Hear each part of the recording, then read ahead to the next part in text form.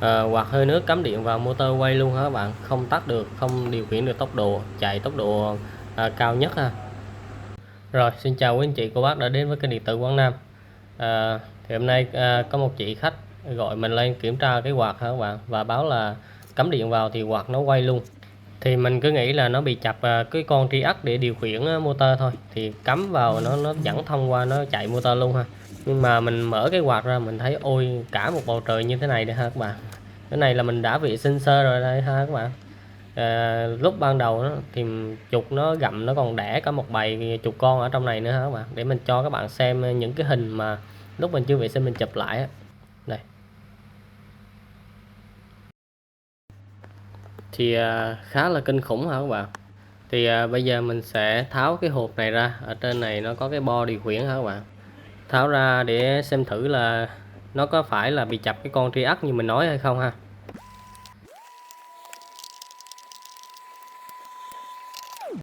Rồi để các bạn, trên này cũng bị cắn dây ha các bạn, thì không biết nó chui vào cái lỗ này được cũng hay á các bạn.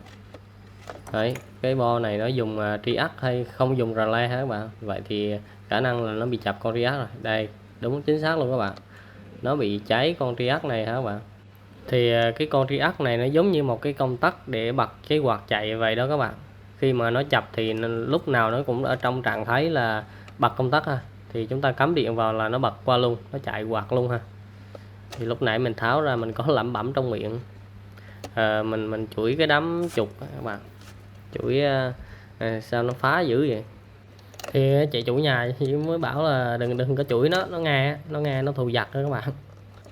Rồi bây giờ mình tháo cái bo, mình đem về mình thay con tri-ắc rồi mình kiểm tra luôn ha. Thì cái nhà chị này nó cũng gần nhà mình đem về mình làm luôn hả các bạn.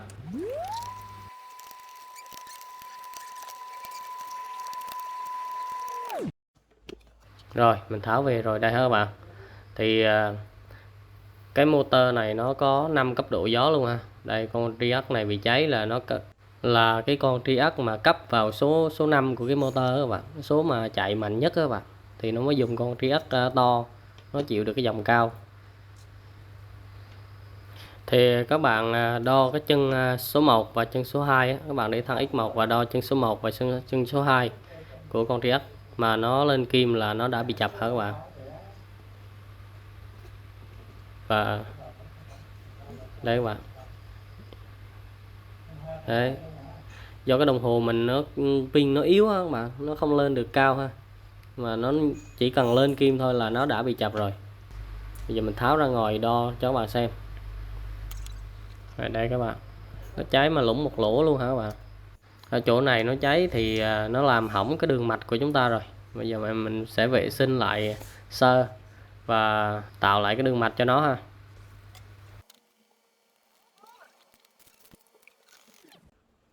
Rồi mình sẽ sử dụng cái con BT136 này ha. Thì cái con này cũng là con tri-ắc nhưng mà cái dòng chịu đựng của nó lớn hơn nhiều ha. Thì thay con này vào thì đảm bảo không bao giờ là bị cháy, trường hợp cháy như vậy nữa ha. Và bây giờ mình sẽ đo cho các bạn xem một con tri-ắc sống và một con tri-ắc bị chập nó khác nhau như thế nào ha. Và cái chân số 1 và chân số 2 là cái chân T1 và T2 ha các bạn. Thì hai chân này dùng để đóng hoặc là ngắt cái dòng điện chạy qua ha các bạn. Và chân số 3 là chân G, là dùng để điều khiển ha các bạn. Thì các bạn để thang X1 và đo chân số 1 và chân số 2, không được phép lên kim hả các bạn. Đấy. Khi mà chúng ta muốn nó lên kim nó nối thông qua thì chúng ta phải dùng cái que ngược với chân số 1, chúng ta kích vào chân số 3 rồi chúng ta thả ra, nó sẽ giữ trạng thái như vậy ha, nó sẽ giữ trạng thái đóng hả các bạn. Và chúng ta nhả kim ra thì nó sẽ trở về trạng thái ban đầu, nó không được lên kim ha, nó sẽ nhả ra ha. Mình sẽ thử lại cho các bạn xem này.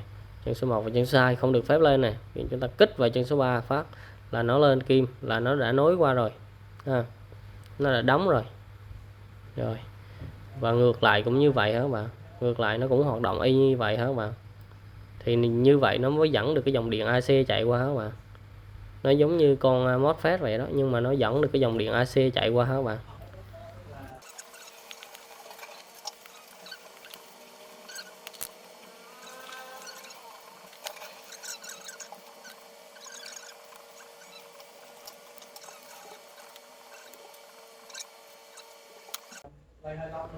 Rồi mình thay xong con triac rồi ha, thì mình dùng cái chân của nó mình nối thẳng vào lên trên này luôn ha, và mình bỏ cái đường mạch dưới đi.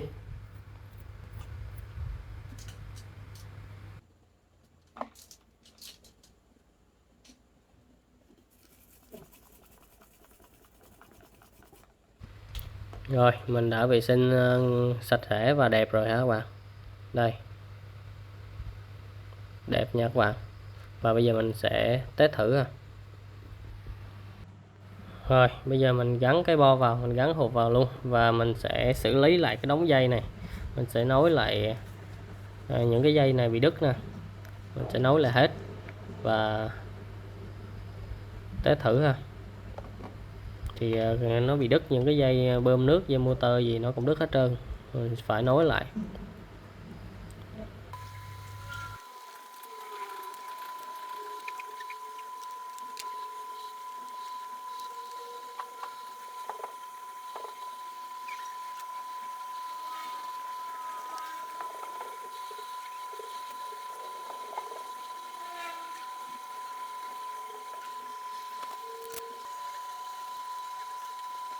Rồi mình đã nối tất cả những cái dây motor bơm nước, dây phao và dây đảo gió vào hết rồi.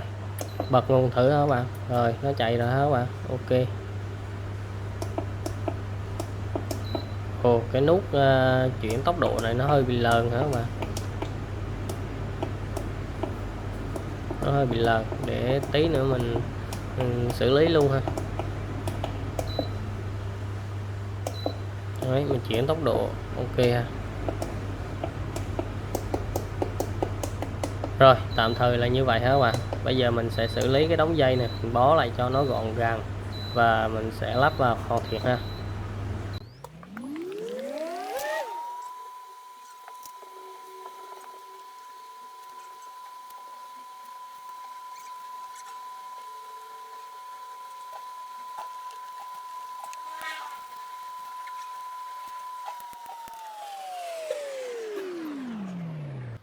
Rồi mình quay qua cái mặt trước cho các bạn xem ha.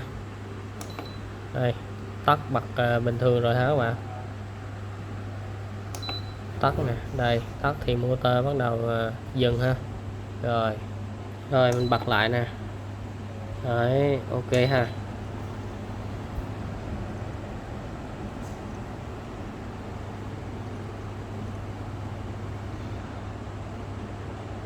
Giờ mình chuyển tốc độ cho các bạn xem ha.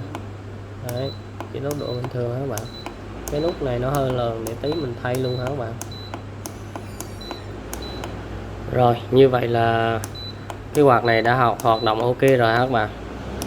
Và nếu quý anh chị cô bác các bạn xem thấy hay thì cho em xin một lượt like cũng như một lượt đăng ký, để em ra khi mà em ra cái video quý anh chị sẽ nhận được cái thông báo và xem được video của em ha, và cũng như là tạo được cái động lực để cho em có nhiều động lực em làm nhiều video nó hay hơn nữa gửi đến quý anh chị bà con mình ha. Rồi, xin chào và hẹn gặp lại quý anh chị ở trong những video tiếp theo. Bây giờ em đi thay cái nút này, rồi em đi lắp ráp lại những cái chắn gió đó các bạn.